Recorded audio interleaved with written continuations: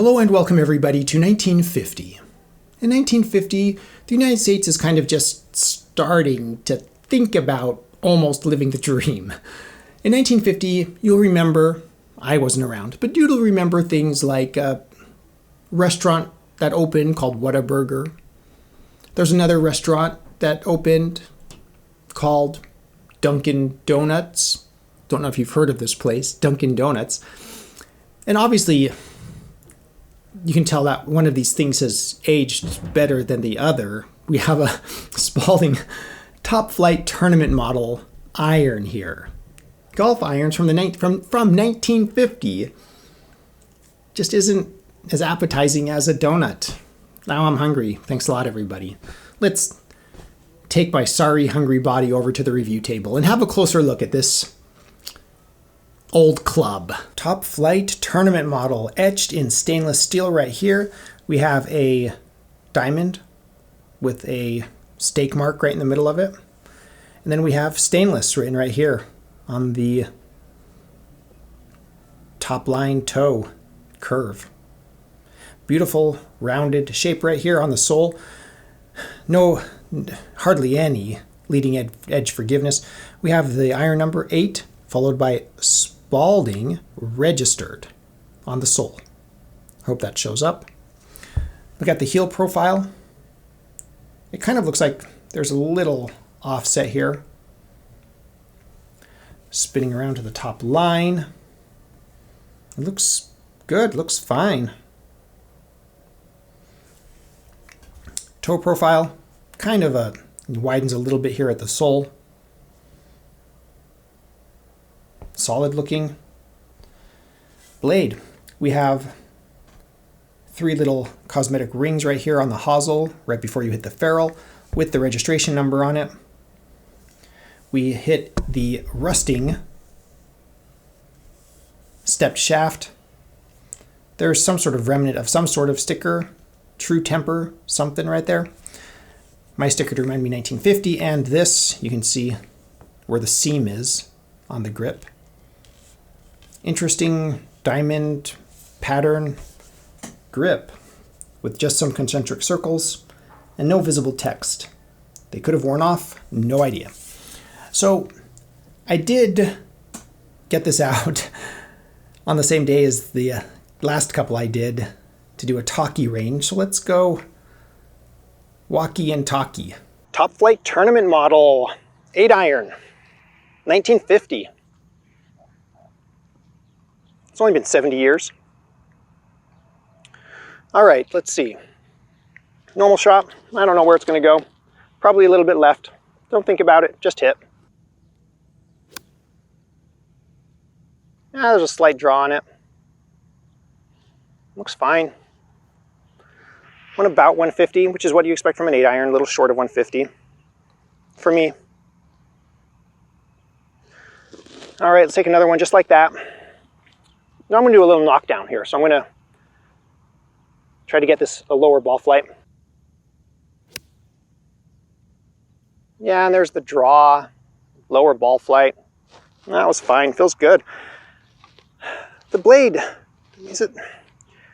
when I connect with it, it just feels a little different. I'm trying to put my finger on what that feeling is. Looking down at it, it looks fine. The grip is brown. I mean, the shaft looks a little worn. There's something about the feel of the club that's just a little off.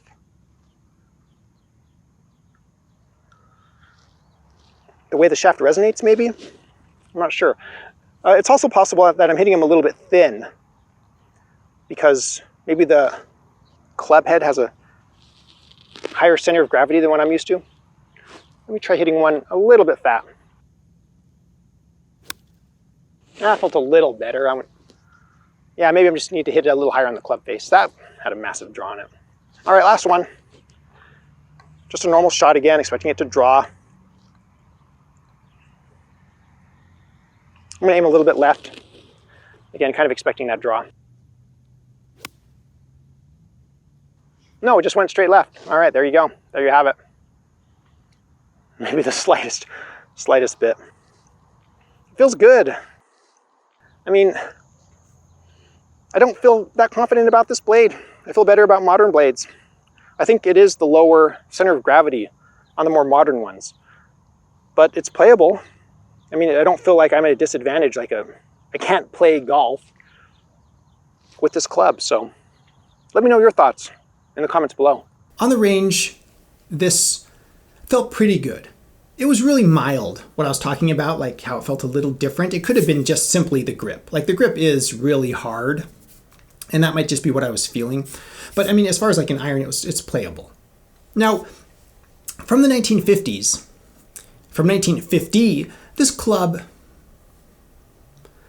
isn't calling to me as something I want to play. I'd rather just go to Louisville Golf and buy some new hickory blades, hickory shafted blades, and play those, because I don't know what I'm really gaining playing these. Kind of an appreciation for history, but they're not that appealing to me. Not from a historical standpoint. They're not something like, oh, I want to play it because I want to be...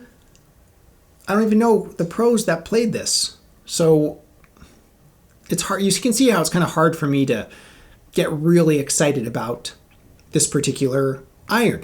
To me, this is more an exercise in history. If it weren't for this channel and this review, I never would have hit this club. I never would have appreciated it and grasped and understood the historical significance of some of the advances that McGregor were making, and Wilson and other companies that were making some really high quality clubs.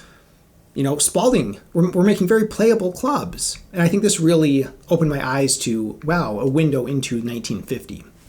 So it's like an interesting historical experience, but not something I'm like dying and seeking after to purchase. Like I wouldn't buy a set of these. I wouldn't game a set of these. It's like have you taken art history? So it's like learning about art history. Like I had this huge art book with just like all this fascinating art history, and it was an expensive book in college, okay? And we discussed like how classical went from very realistic to like this neoclassical where they started exaggerating things, and all the way through, like then all of a sudden they realized, whoa, art doesn't have to mimic reality. We can do anything we want, so why not? And once you grasp it and understand that, then it just opened my eyes like, wow, art history is amazing. You can see that transition, and it's just, now art is completely different. I see it completely different than I did when I was a kid. It doesn't even look real. It's like, because maybe there's something more to it. It's great to see and feel and experience the history of golf. Thank you, Spalding. Top Flite, tournament model, stainless, which at the time was a big deal because people were like, I want these clubs to last a long time. I don't want them to rust. And that happened. That was going on decades before, with chromium and, other metals trying to prevent rust. Very interesting. Let me know your thoughts. Top Flite, tournament model. Do you guys know a lot about art history? As usual, shout out to my patrons. Thank you so much for your support. I really appreciate it. I offer what's called general support on Patreon, where I post a few behind the scenes pictures, maybe an occasional video, a few times a month.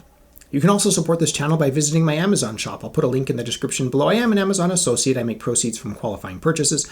Thank you everybody for watching. I am the Vintage Golfer.